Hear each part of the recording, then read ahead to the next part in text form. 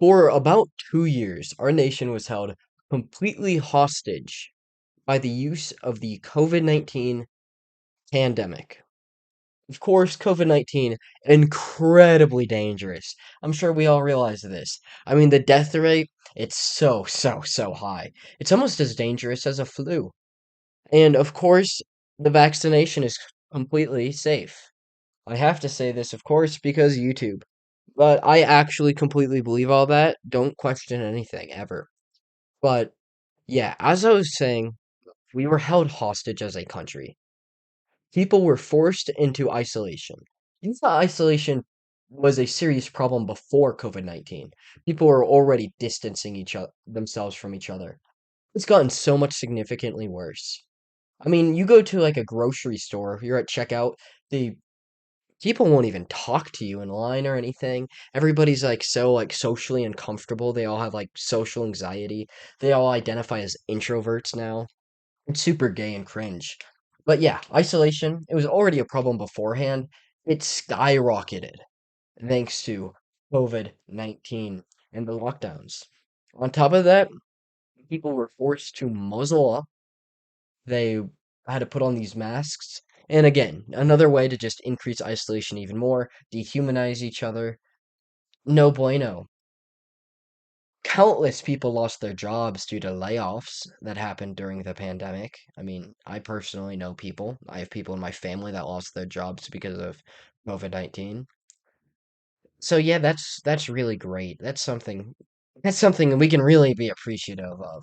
And now we're in a giant recession. So that's great. It's so great. And it doesn't all end there, right? I mean, so many people were forced into vaccination thanks to the threatening of taking away their entire livelihood. Think about jobs, right? People were told, hey, you're going to get fired if you don't get vaccinated. So they went and got vaccinated. The completely safe vaccine. Yeah, so that's great. Sure, they didn't want to get it, but they were forced into it. So yeah, taking away freedoms in the name of public safety, that's great. Especially when it's for something as dangerous as COVID-19. Like, ooh, scary. I'm pretty sure there were a total of like 9 people under 18 that died in Colorado during the entire pandemic that were under 18. I think I already said that. But yeah, I might be a little wrong on that, but the numbers are so low. Like, nobody young ever died from this. And the youth are suffering from the pandemic more than anybody. What we have seen, thanks to a new survey conducted by Stanford, which included 26 million K through 8 students, we are now seeing that students between the grades of 3 and 8 lost the equivalent to half a year of learning in math and a quarter in reading. That's just the average. I'd imagine in like very liberal states, very liberal districts that held the lockdowns for longer, I'm sure it's even higher. We actually do see that. No, not that one. We actually do see that states with higher that were locked down for longer, they actually ended up seeing worse circumstances. 3 through 8, they lost half a year and a quarter of year of learning in math and reading. Think about kids even younger than that. I'd have to imagine the consequences were even more drastic. These little kids that need this like face-to-face interaction to actually learn anything. Think about like kindergarteners. They need to see people's mouths to move, and that helps them form words better. It helps their speech. When they're socially distanced, think about all the social anxiety that was created on all these kids. Not only did it create massive learning problems, but we have seen teen suicide rates skyrocket. It's gone continuously up, and now it's starting to get bad in like 10, 11, 12-year-olds.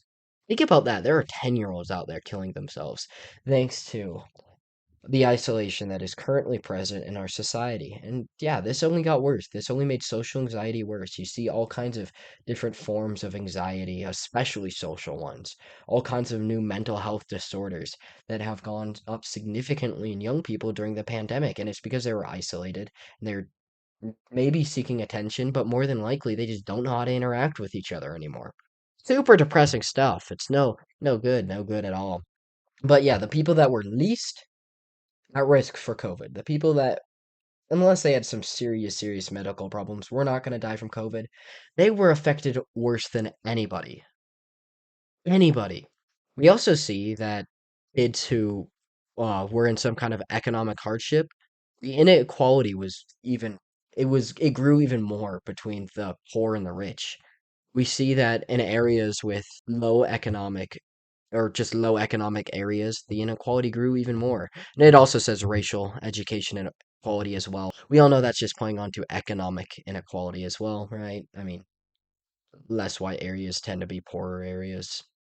So yeah, economic inequalities got even worse. Jeez, I am clicking off every 2 seconds. All right, it's all right. It's all right. We keep it going. We are not stopping. It's the feds trying to get me to stop, trying to mess with my computer. They're making me click off. It's not my fault. I take zero responsibility, obviously.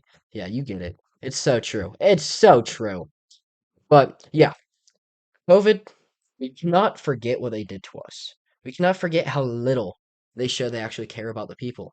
They did this thing that completely destroyed the lives of so many, put plenty of people out of jobs, forced people to get this vaccine that a lot of them did not want, created an even greater problem in social skills for young people. It destroyed the education system even more. Like an education system that was already failing. It just got worse over those 3 years. So yeah, it's great. It's so great. I love what they did to this country. They held us hostage and they destroyed it from the inside out. That was the only way they were ever going to destroy America. That's the only way they could bring down this beautiful nation. Every great nation in history, it fell down from the inside out. Every single one. It always fell because of some kind of disturbance within its own people. There's no way to invade America with traditional warfare, but you have to play a psychological game and destroy the people on the inside, and that's what they're doing to us right now. And we must resist because we are very epic, so we can do it. The young Zoomer boys of America, we got this. Oorah. You get it. It's so true. But I am going to head out on that note. So if you enjoyed, like, subscribe, share the video. Obviously, you've heard it all before. The only way we're going to take back this country is together. So yeah, join the fight, but I'm heading out on that note. So long, peace out, and God bless y'all.